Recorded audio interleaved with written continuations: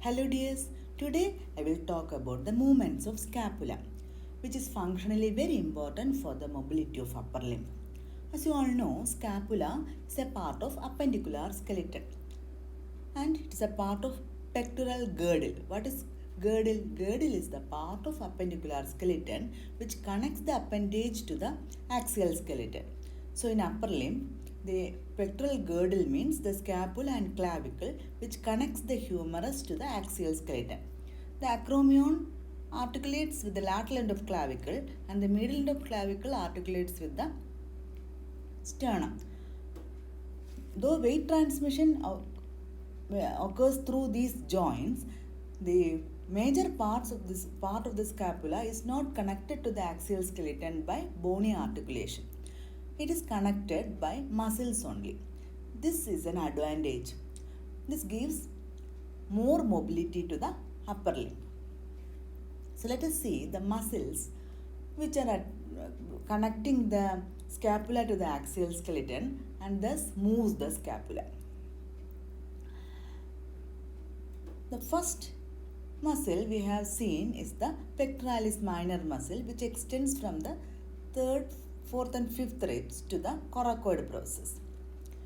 It is supplied by the lateral pectoral nerve and the medial pectoral nerve. And what will be the action of the pectoralis minor muscle? When it contracts, it will pull the scapula forwards like this. So that movement is known as protraction. Movement of scapula forward is the protraction. And also since the origin is below the insertion, it can bring the scapula downwards also. That is called the depression. So the opposite movement of protraction is retraction. That is the backward sliding movement of scapula over the thoracic cage. Protraction is the forward gliding movement of the scapula over the thoracic cage. Elevation, the opposite of depression will be elevation. That is elevating the scapula. Depression is downward movement of the scapula. Now another muscle we have already seen is the serratus anterior muscle. It also connects the rib cage to the scapula. It arises as 8 digitations from upper 8 ribs and is inserted to the medial border of the scapula that we have already seen.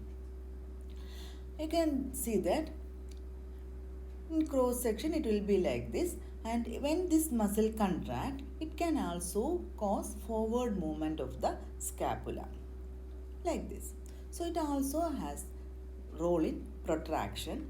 But another important action of the serratus anterior is that during pushing and punching movements where protraction of scapula is a major component, the medial border of the scapula is kept adhered to the posterior part of the thoracic wall. Okay, so it prevents the movement of scapula backwards, the medial border of scapula backwards.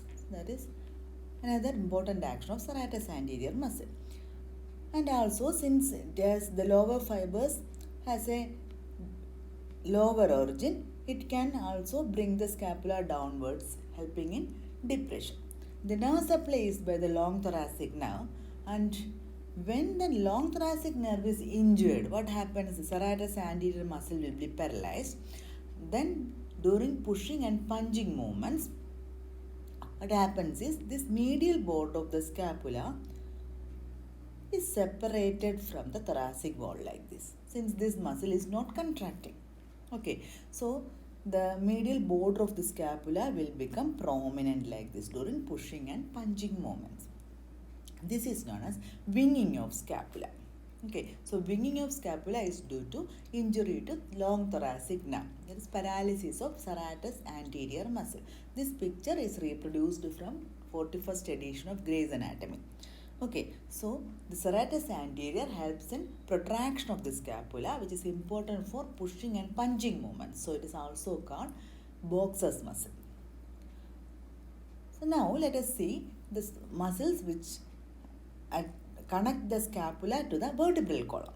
So this is the lower portion of the posterior aspect of the skull, and this is the cervical part of the vertebral column, and this is the thoracic part of the vertebral column. You can see the 7 cervical thoracic vertebrae here, and these are the thoracic vertebrae.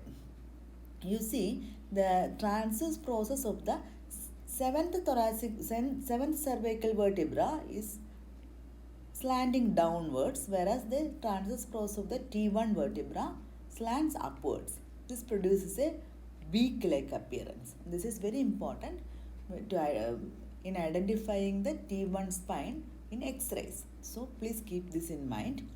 It's a very important feature.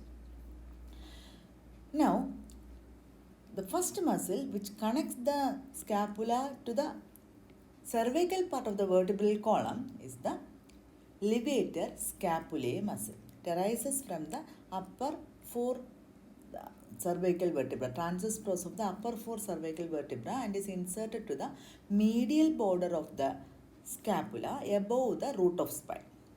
So, it is supplied by C3 and C4 spinal nerves, and also the dorsal scapular nerve, which is the branch of ventral ramus of C5. Okay, what will be the action of this muscle? It can elevate the scapula. When it contracts, it can elevate the scapula. The next muscle we are going to see is called rhomboideus minor muscle. It arises from C7 and T1 spinous processes and is inserted to the medial border of the scapula near the root of spine. So the shape is like a rhomboid. So it is called rhomboideus. Since it is a small muscle, it is rhomboideus minor muscle. So the next muscle will be rhomboideus major muscle.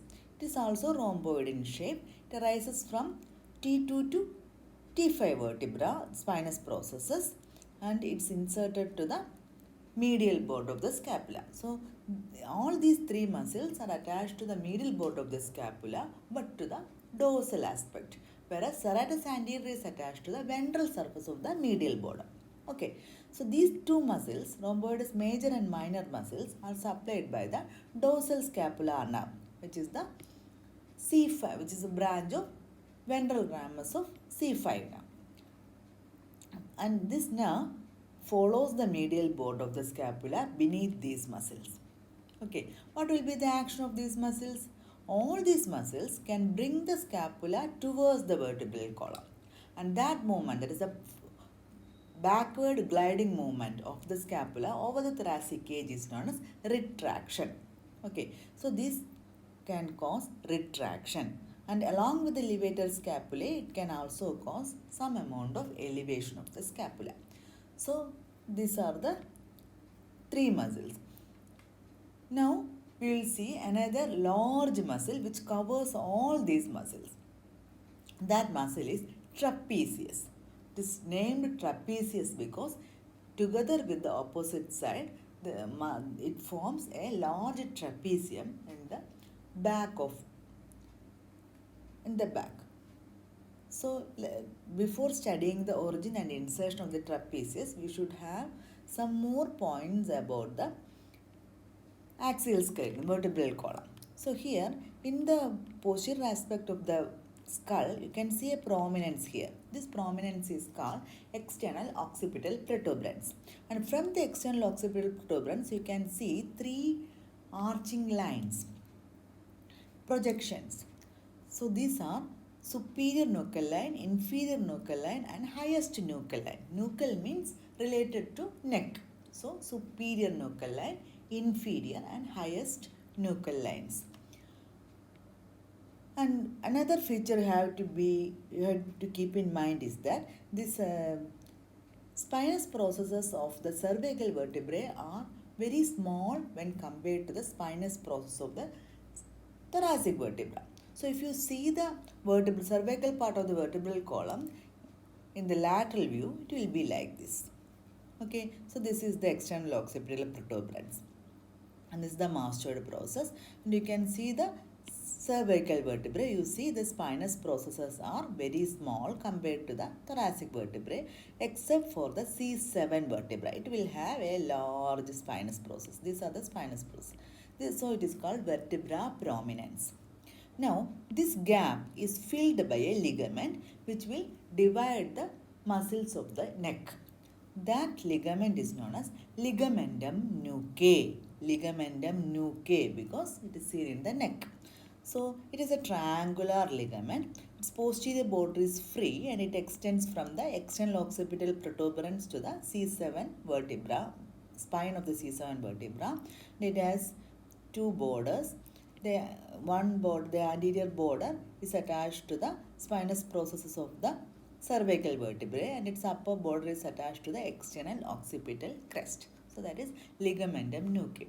So now the trapezius arises from all these structures. So first, the upper fibers of the trapezius arises from the superior nuchal line and it is inserted to the clavicle, not to the scapula, to the clavicle, the superior border of the lateral one-third of the clavicle. So that is the upper fibers of the trapezius.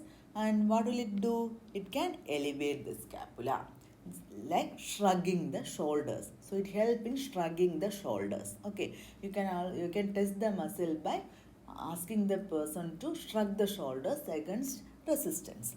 That is upper fibers of the trapezius muscle.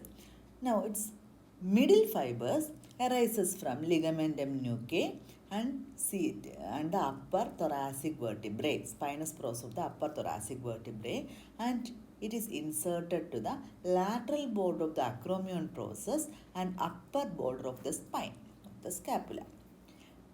And its lower fibers rises from the spinous process of the lower 6 thoracic vertebrae and is inserted to the deltoid tubercle in the lower border of spinous process. So it concentrates into a tubercle here. So you can see that it also forms an aponeurosis, which is a half of the trapezium.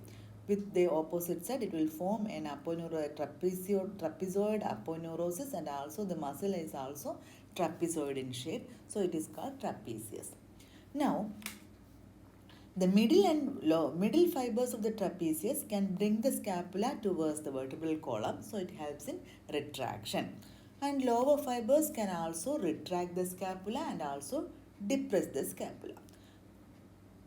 And it is supplied by spinal part of 11th cranial nerve, that is spinal accessory nerve. Okay, you will see that now if you dissect or reflect the fibers of the trapezius. It will be beneath the muscle. Okay, now apart from this elevation, depression, protraction and retraction, scapula also shows rotation. Okay, so the rotation help in overhead abduction of the arm. If you want to raise your hands, the scapula should rotate. Let us see how. So this is the upper fibers of trapezius, the lower fibers, and this is the serratus anterior muscle which is attached to the medial border. Okay. Now these three muscles when contracts can rotate the scapula. These fibers can elevate the scapula. Lateral part of the scapula is elevated. Now the medial part is depressed and the inferior part is pulled forwards like this. Okay, so this is called forward rotation of scapula or lateral rotation of scapula. Because the inferior angle of scapula rotates laterally, it is also called lateral rotation of scapula. You see now the glenoid cavity faces upwards so that the humerus can be held like this for overhead abduction. So overhead abduction of arm is done by these three muscles: upper fibers of trapezius, lower fibers of trapezius and serratus anterior muscle. Now you have seen the muscles which attach scapula to the axial skeleton and their actions. The protraction, retraction, elevation, depression and lateral rotation of scapula. Okay.